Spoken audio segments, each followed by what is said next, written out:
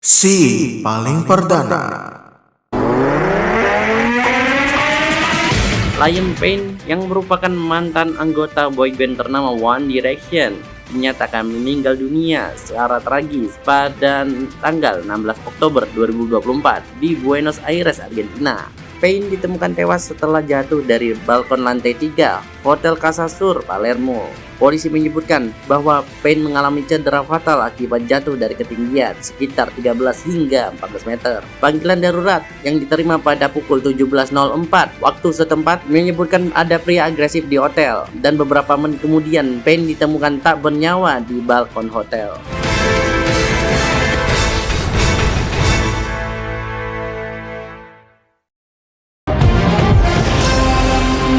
Selamat malam Indonesia. Saya Teguh Fadila menghantarkan informasi yang faktual dan terkini dalam DNP Evening News edisi hari ini, Kamis 17 Oktober 2024. Berikut fokus utama kami malam ini.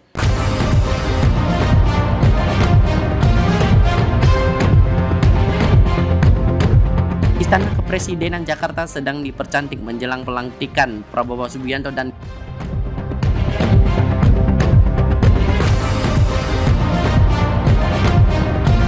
masa jabatan Kepala Daerah Toraja Utara diperpanjang hingga Februari 2025.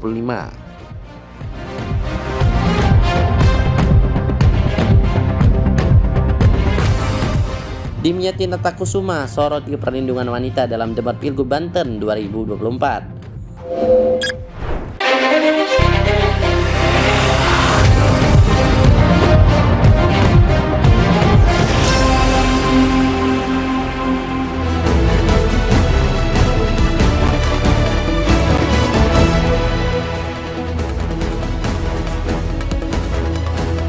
Istana Kepresidenan Jakarta sedang dipercantik menjelang pelantikan Prabowo Subianto dan Gibran Rakabuming Raka sebagai Presiden dan Wakil Presiden Republik Indonesia pada Minggu 20 Oktober 2024. Berdasarkan pantauan pada Kamis 17 Oktober 2024, sejumlah pekerja sibuk membersihkan lantai marmer di bagian belakang Istana Negara. Mereka menggunakan mesin scrubber untuk menggosok dan menyemprotkan cairan disinfektan guna memastikan kebersihan istana.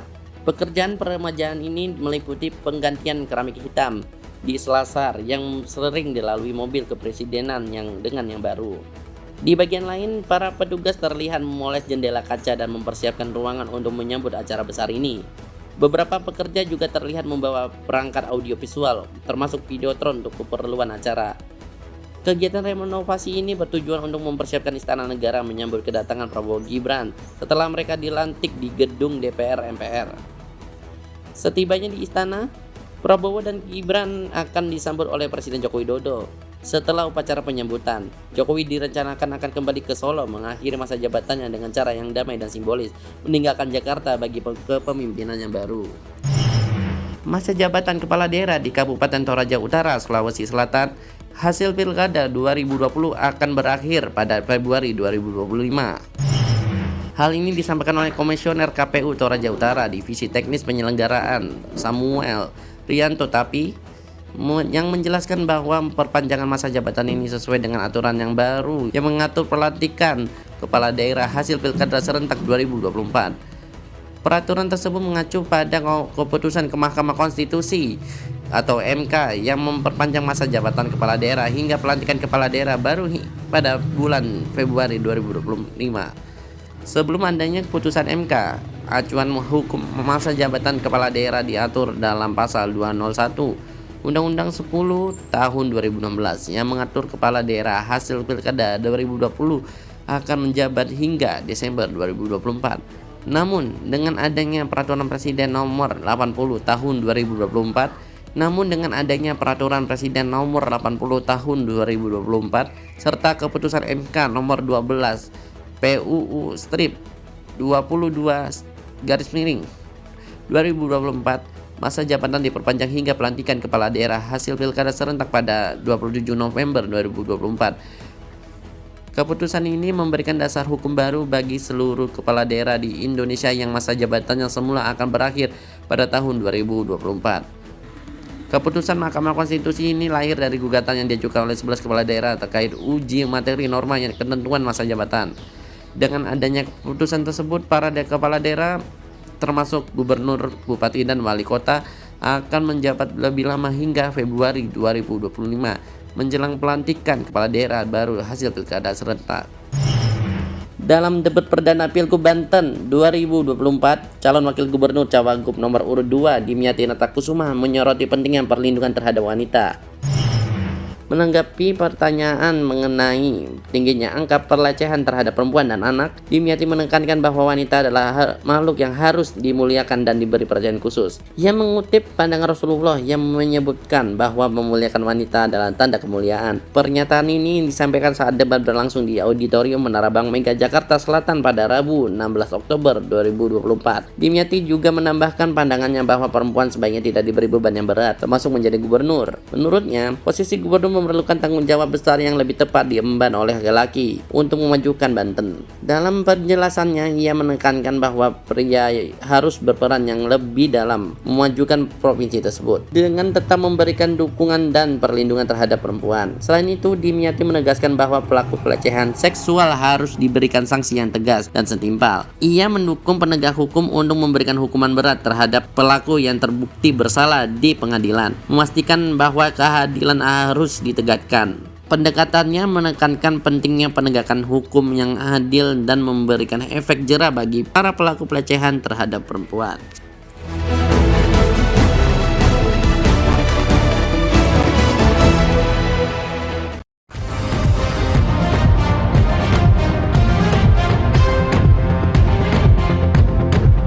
Sebuah video pesta kembang api di Vince Beach Club Bali menuai kontroversi karena dilakukan saat umat Hindu menggelar upacara keagamaan di Pantai Berawa.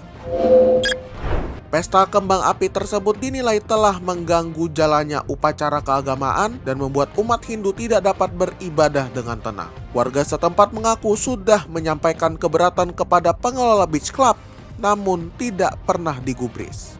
Pengelola beach club berdalih telah mendapat izin dari polisi untuk menggelar pesta kembang api tersebut. Selain pesta kembang api, warga juga mengeluhkan suara bising dari musik yang dimainkan di beach club tersebut. Kevin Wanai melaporkan untuk DNP Integrated News.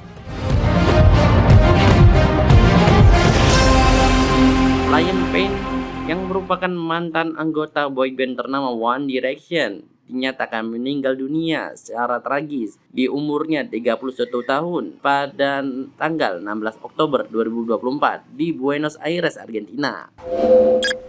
Payne ditemukan tewas setelah jatuh dari balkon lantai 3 Hotel Casa Sur, Palermo. Polisi menyebutkan bahwa Payne mengalami cedera fatal akibat jatuh dari ketinggian sekitar 13 hingga 14 meter. Panggilan darurat yang diterima pada pukul 17.04 waktu setempat menyebutkan ada pria agresif di hotel. Dan beberapa menit kemudian, Payne ditemukan tak bernyawa di balkon hotel. Meski tim medis segera tiba di lokasi, sayangnya nyawa Payne tidak dapat terselamatkan. Sebelum kejadian, Liam Payne tengah berlibur di Argentina bersama kekasihnya Kate Cassidy sejak awal Oktober untuk menghadiri konser Niall Horan yang merupakan mantan rekan satu bandnya. Selama liburan, Payne sempat mengupload momen-momen kebersamaan mereka di media sosial, menikmati kegiatan seperti bermain polo dan sarapan santai bersama Cassidy. Sayangnya, Cassidy telah kembali ke Amerika Serikat 2 hari sebelum insiden tersebut. Dalam unggahan media sosialnya, Cassidy mengungkapkan bahwa ia merasa harus pulang terlebih awal, tanpa menyadari tragedi yang akan menimpa Payne beberapa hari kemudian. Kematian Payne yang tiba-tiba mengejutkan dunia hiburan dan menyisakan duka mendalam bagi para penggemarnya. Hingga kini penyelidikan mengenai penyebab pasti insiden ini masih berlangsung. Meskipun ada dugaan Payne berada di bawah pengaruh alkohol atau obat-obatan.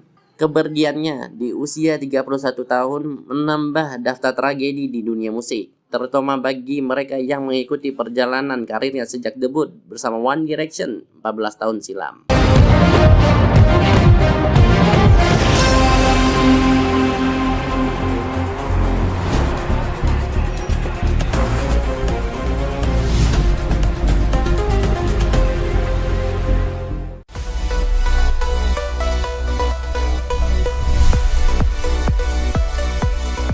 Inilah DNP Sumut Perdana bersama saya Kevin Manoy. Inspektur Deli Serdang Edwin Nasution menjadi viral di media sosial karena emosinya meledak dan mengajak duel wartawan.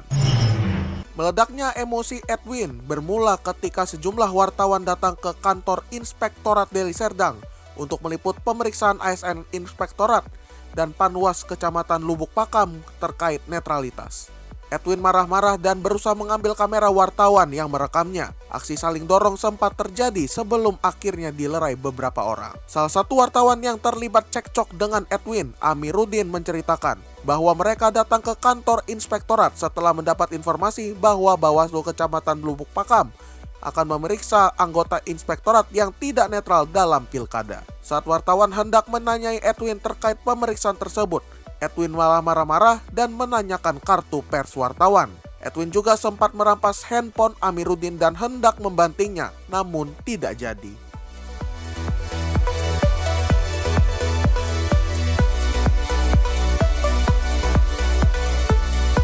Seorang calon penumpang pesawat tujuan Bali ditangkap oleh Polsek kawasan Bandara Kuala Namu bersama Aviation Security karena kedapatan menyembunyikan sabu seberat 213 gram di dalam sepatunya.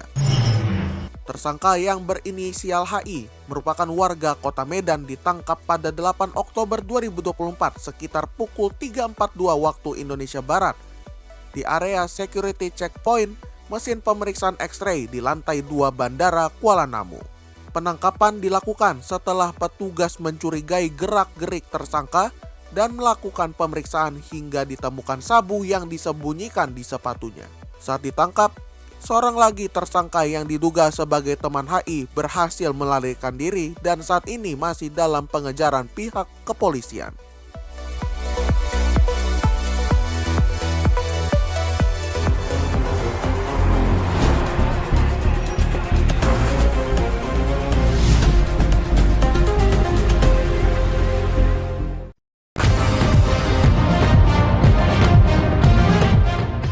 Demikian DNP Evening News edisi hari ini. Tetap dengarkan kami setiap Senin hingga Jumat di platform podcast kesayangan Anda, serta di kanal YouTube kami, DNP Media Network.